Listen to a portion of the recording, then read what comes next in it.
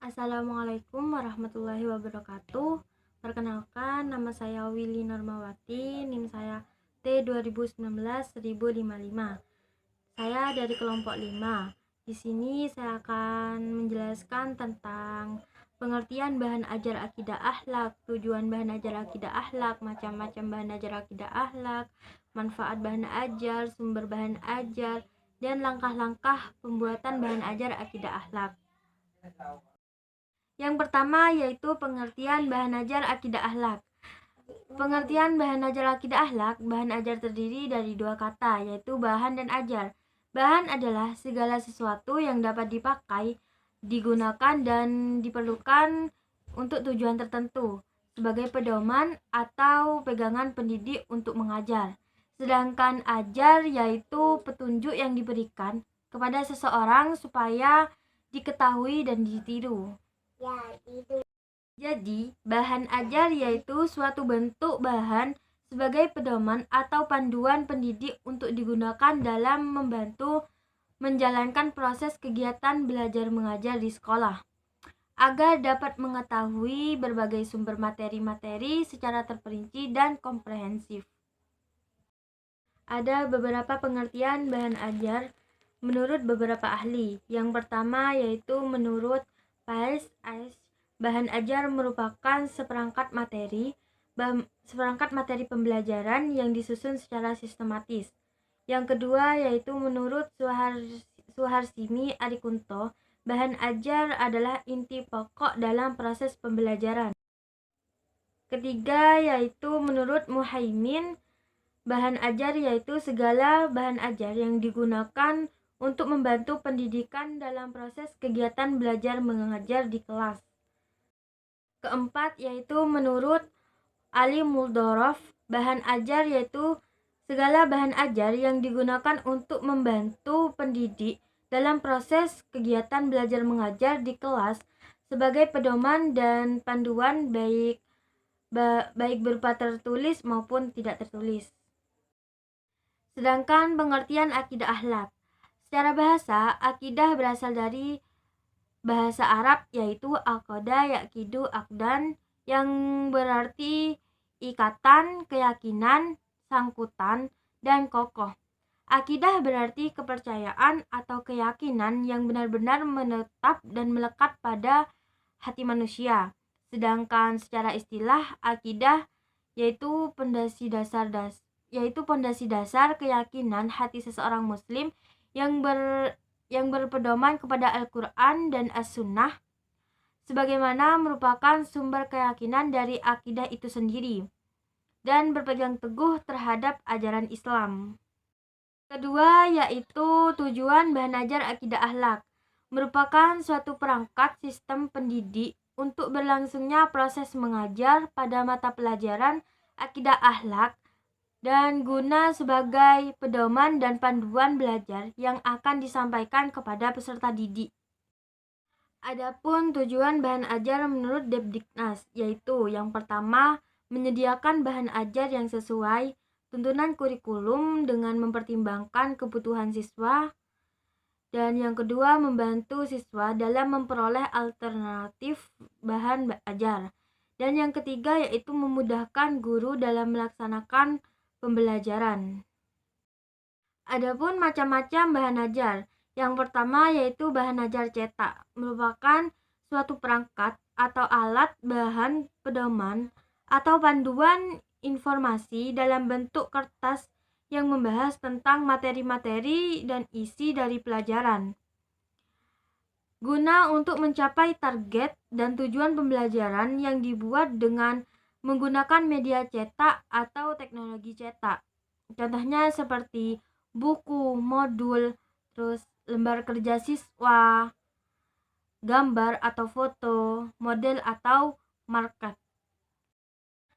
Kedua yaitu bahan ajar dengar atau audio, yang merupakan suatu sistem pembelajaran yang menggunakan media atau teknologi yang dapat dimainkan dan didengarkan secara langsung oleh individu maupun kelompok.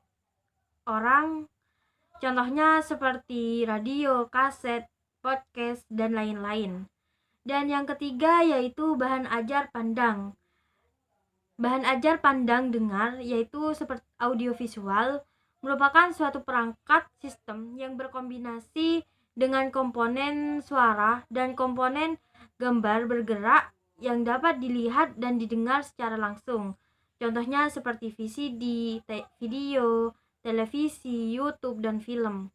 Dan yang keempat yaitu bahan ajar interaktif, merupakan suatu bahan ajar yang mengombinasikan beberapa media pembelajaran seperti audio, video, teks, gambar, animasi, dan grafik. Contohnya ya seperti internet, web, dan lain-lain. Manfaat bahan ajar akidah akhlak. Manfaat bagi guru. Yang pertama, menghemat waktu jalannya pembelajaran. Dengan adanya bahan ajar yang telah ditetapkan, guru tidak lagi kebingungan akan memberikan informasi kepada peserta didik karena informasi pengetahuan telah tercantum dalam bahan ajar tersebut. Dan kedua yaitu bahan ajar menjadi sarana untuk melancarkan pelaksanaan pembelajaran yang dilakukan. Tanpa adanya bahan ajar yang akan dibahas, maka pembelajaran tidak akan terlaksana karena tidak ada topik yang akan dibahas oleh guru kepada peserta didik. Dan yang ketiga yaitu menyelenggarakan keefektifan dan keefisien proses pembelajaran. Tanpa adanya bahan ajar yang akan dibahas, maka pembelajaran tidak akan terlaksana dengan lancar karena tidak ada topik yang akan dibahas oleh guru ke peserta didik. Dan yang keempat yaitu menyelenggarakan keefektifan dan keefisien proses pembelajaran. Dengan adanya bahan ajar, sebuah pembelajaran akan tersusun dan terperinci sehingga kondisi kelas akan kondusif dan stabil. Kelima yaitu bahan ajar menjadi pedoman dalam merealisasikan sebuah pembelajaran. Dengan bahan ajar, guru dengan mudah memberikan materi kompetensi yang semestinya diajarkan. Dan yang terakhir yaitu dengan bahan ajar, guru dapat mengadakan evaluasi pembelajaran untuk mengetahui pencapaian pemahaman peserta didiknya. Manfaat yang didapat oleh peserta didik yaitu dengan adanya bahan ajar memudahkan peserta didik dalam belajar mandiri. Tidak adanya batasan dalam belajar, peserta didik tidak membutuhkan fasilitator yakni guru.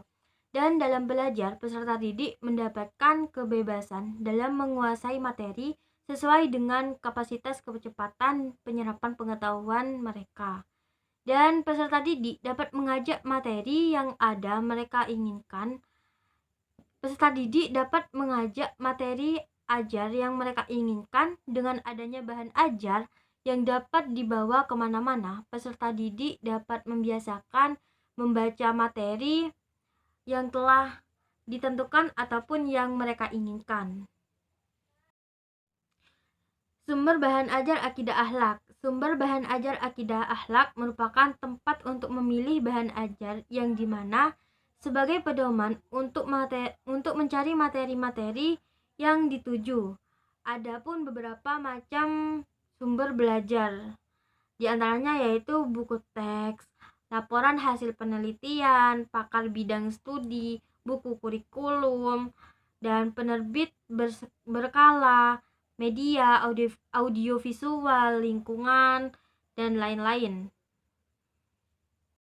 Dan yang terakhir yakni langkah-langkah pembuatan bahan ajar akidah akhlak.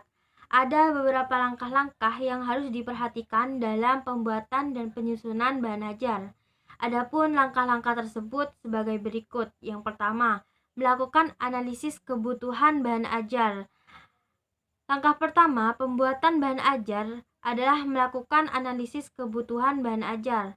Pada langkah ini ada 4 tahap, yaitu menganalisis kurikulum. Tahap pertama ini ditunjukkan untuk menentukan kompetensi-kompetensi yang memerlukan bahan ajar. Untuk mencapai hal tersebut, kita perlu mempelajari 5 hal, yaitu standar kompetensi, kompetensi dasar, indikator pencapaian hasil belajar, materi pokok, pengalaman belajar. Kedua yaitu analisis sumber belajar. Setelah melakukan analisis kurikulum, langkah selanjutnya dalam menganalisis kebutuhan belajar adalah menganalisis sumber belajar. Yang penting kita harus memahami terlebih dahulu bahwa sumber belajar yang akan digunakan sebagai bahan untuk penyusunan bahan ajar perlu dilakukan analisis. Ada beberapa kriteria dalam menganalisis sumber belajar, yaitu kriteria ketersediaan, kesesuaian, kemudahan. Dan yang ketiga yaitu analisis karakteristik siswa. Analisis karakteristik siswa ini dimaksudkan untuk mengetahui kondisi dan perkembangan siswa, yaitu siswa yang akan menjadi sasaran buku teks. Kebutuhan atau motivasi siswa merupakan kekuatan yang dapat menimbulkan tingkat antusiasme dan semangat dalam melaksanakan suatu kegiatan, baik yang bersumber dari dalam diri individu itu sendiri maupun dari luar individu itu sendiri. Dan yang keempat atau yang terakhir yaitu memilih dan menentukan bahan ajar. Tahap ketiga dalam analisis kebutuhan bahan ajar dalam memilih dan menentukan bahan ajar. Langkah ini bertujuan untuk memenuhi salah satu kriteria bahwa bahan ajar harus menarik dan dapat membantu peserta didik untuk mencapai kompetensinya. Sekian presentasi dari saya. Wabillahi taufik wal hidayah. Wassalamualaikum warahmatullahi wabarakatuh.